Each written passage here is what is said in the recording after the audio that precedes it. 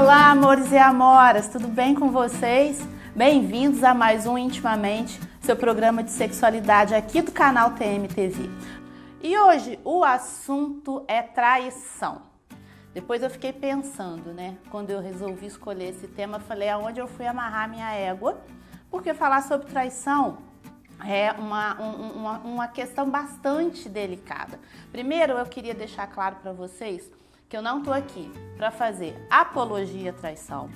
Eu tô aqui para trazer informações interessantes, importantes, para você repensar essa questão da traição e, quem sabe, deixar de sofrer um pouquinho, porque eu sei que esse é um assunto que gera bastante sofrimento, bastante desconforto, muita dor em relação às pessoas. Então, assim, nós não estamos aqui para criticar e para falar mal, nada disso, de ninguém, do comportamento de ninguém. A gente está aqui para trazer informações científicas para você ser mais feliz na sua vida sexual e amorosa, beleza? Então, vamos lá. Tema de hoje, traição nas relações amorosas. Nas relações amorosas, por quê? Porque a gente podia estar aqui falando de traição em diversas áreas da vida, como nas amizades, a gente sabe que rola, como no trabalho, a gente sabe que rola muito essa questão da traição, mas hoje a gente vai se ater exclusivamente à questão da traição nas relações amorosas, beleza? Então vamos lá. Antes da gente começar, aliás, para a gente começar, eu preciso que você tenha em vista, não sei se você já sabe, talvez sim, talvez não, mas eu trouxe 3 informações sobre esse assunto que eu acho muito importante. Então, primeira informação, somos biologicamente e psicologicamente poligâmicos. Eu sei que talvez seja difícil para você entender e até aceitar isso. Mas a monogamia, ela é algo que foi inventado e eu vou te explicar daqui a pouco por quê. Então, biologicamente, lembra lá de trás, quando esse planetinha ainda estava vazio? Então, qual era a ideia? Que a gente se reproduzisse, ou seja, a gente precisava encher esse planeta. Então, a gente tem desde sempre essa questão do instinto, para que a gente tenha atração e desejo sexual pelas pessoas, que na época era para quê? Para a gente poder procriar e para a gente cada vez mais aumentar o número de pessoas no planeta e pessoas com uma diversidade genética, biológica cada vez maior. Então, por instinto, nós chegamos aqui nesse planeta poligâmicos. Com o passar do tempo, vem a segunda informação que eu preciso te passar. Culturalmente e socialmente, chegou um momento em que a gente precisou se adequar, tá, à sociedade, para que a gente conseguisse, então, levar a nossa vida adiante, principalmente em função da questão da propriedade privada. Então, o que a gente sabe é que a monogamia, ela se estabelece a partir da propriedade privada, porque antes nós não precisávamos saber quem era filho de quem.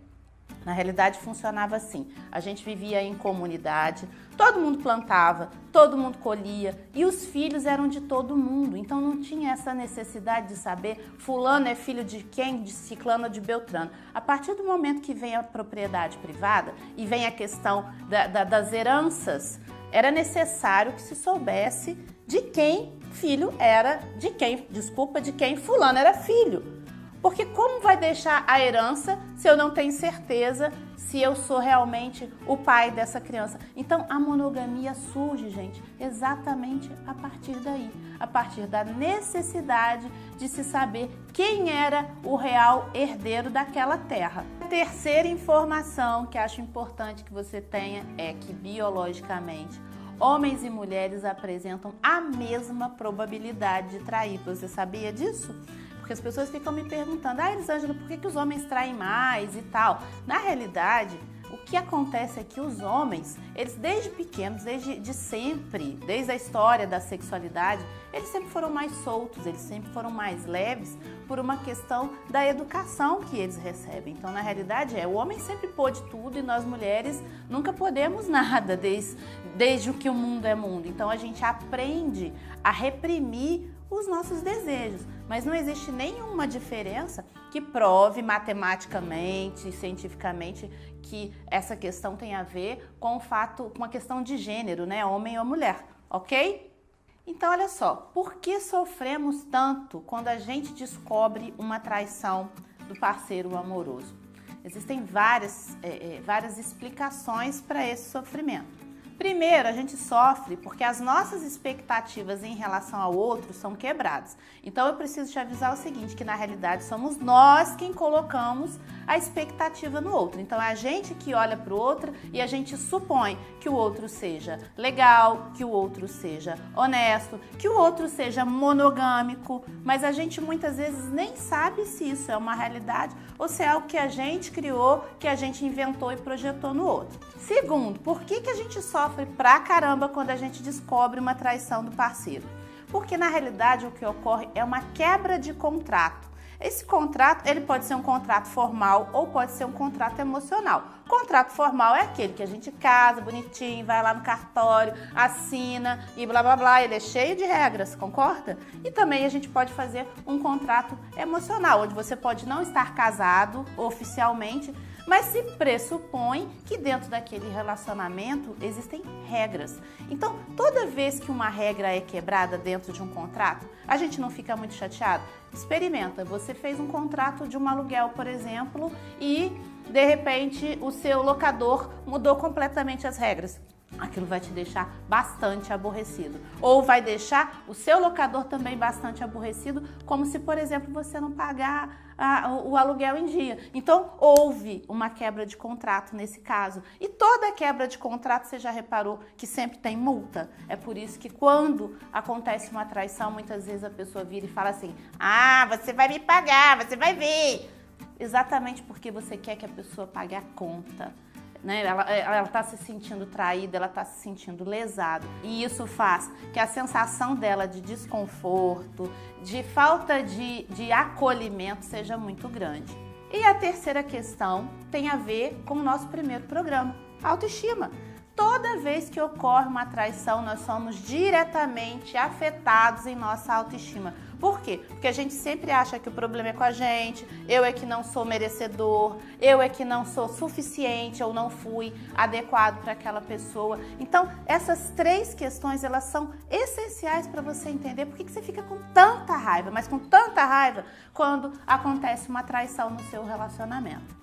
Então, eu penso, para a gente finalizar, que o que é importante quando o assunto é traição? É você pensar o seguinte: se aconteceu, é porque tem alguma coisa que não está funcionando muito bem nessa relação. Então, o ideal é você assentar para conversar com esse parceiro, caso você queira, né, e esteja disposto a dar continuidade independente dessa traição. Senta e conversa para tentar entender, olha só, por que nós chegamos nesse ponto? O que aconteceu? Onde foi que nós nos perdemos? É muito comum as pessoas perguntarem, existe vida após a traição? Dá pra gente levar um relacionamento mesmo depois de uma traição? Isso vai depender muito, claro, desse novo acordo que vai ser feito em relação aos parceiros. Então, é você que vai determinar isso. Agora, a dica que eu te dou é a seguinte: se você está aceitando continuar esse relacionamento, o ideal é que você zere tudo. Vamos começar do zero, porque uma coisa que eu posso te garantir que não funciona é você desculpar uma traição, mas você não perdoar uma traição. Ou seja, toda vez que você tem a oportunidade, você joga essa sensação, essa situação na cara do outro. E isso é muito desagradável, muito desconfortável, faz com que o outro fique cada vez menos propenso a querer levar essa relação adiante. Entendeu? Então, se perdoou, perdoou. Vamos zerar e começar tudo de novo. Agora a gente vai passar para a segunda parte do nosso programa, que é aquela sessão tudo que você sempre quis perguntar, mas teve vergonha. Vamos lá. Olha só, as pessoas me mandaram várias perguntas e vou tentar, no tempinho que a gente ainda tem, responder algumas. Vamos lá. Como alguém poderia recuperar a confiança no outro depois de uma traição? Foi aquilo que eu já falei no programa. Eu acho que para você recuperar a confiança no outro, só você tentando estabelecer essa confiança. E ela não vai vir do nada, ela vai vir no dia a dia. Ou seja, primeiro você confia e depois, na realidade, é o inverso do que a gente imagina. Primeiro você volta a confiar e depois você vai ver se essa pessoa realmente é digna da sua confiança ou não. A realidade é que a gente sempre fica esperando garantia e a gente não tem garantia de nada, beleza? Segunda pergunta, homens dão sinais de que estão traindo? Meu bem, eu acredito o seguinte, que tanto homens e mulheres, quando a gente está envolvida numa relação com um terceiro, algum sinalzinho ou outro sempre acaba escapando. Porque a gente não consegue ficar tirando, claro, aqueles perfis psicopáticos. Não estou falando dessas pessoas, porque essas pessoas realmente elas têm um domínio muito maior do comportamento delas. É tudo muito estratégico, é tudo muito pensado. Mas nós, os ditos normais, na maioria das vezes, a gente acaba dando sinal sim. Porque a gente fica com menos interesse na outra pessoa. Algum sinal ou outro sempre sobra, né? É comum encontrar aí mancha de batom, né? Batom no carro, mensagens de WhatsApp e aplicativos, enfim. Um sinalzinho ou outro eu acho que sempre escapa. E mais uma perguntinha. O que leva um homem a trair tendo uma boa mulher em casa? Amora, olha só, o que eu acredito é que na realidade não tem a ver com ter ou não um bom parceiro ou uma boa parceira dentro de casa. Na realidade, o que o ser humano está sempre procurando é novidade. Ele está sempre, o cérebro é muito movido à novidade. Então, se ele não estiver com uma sensação de certeza, isso pode ser um dos motivos, né, de que ele está feliz dentro daquele relacionamento, de que é isso mesmo que ele quer para a vida dele, ele ou ela, vai ser muito fácil e muito natural se interessar por uma outra pessoa. Então, tem algumas coisas que a gente sabe que às vezes leva as pessoas a traírem, como falta de diálogo, a falta de sexo, né? Mas aí de repente você vai falar, nossa, mas aí tem tudo isso e mesmo assim a pessoa trai. Então a gente tem que analisar esse perfil. Pode ser, a gente pode estar falando de um traidor compulsivo, que eu acho que é um assunto interessante, a gente trazer aqui os tipos de traidores que existem por aí.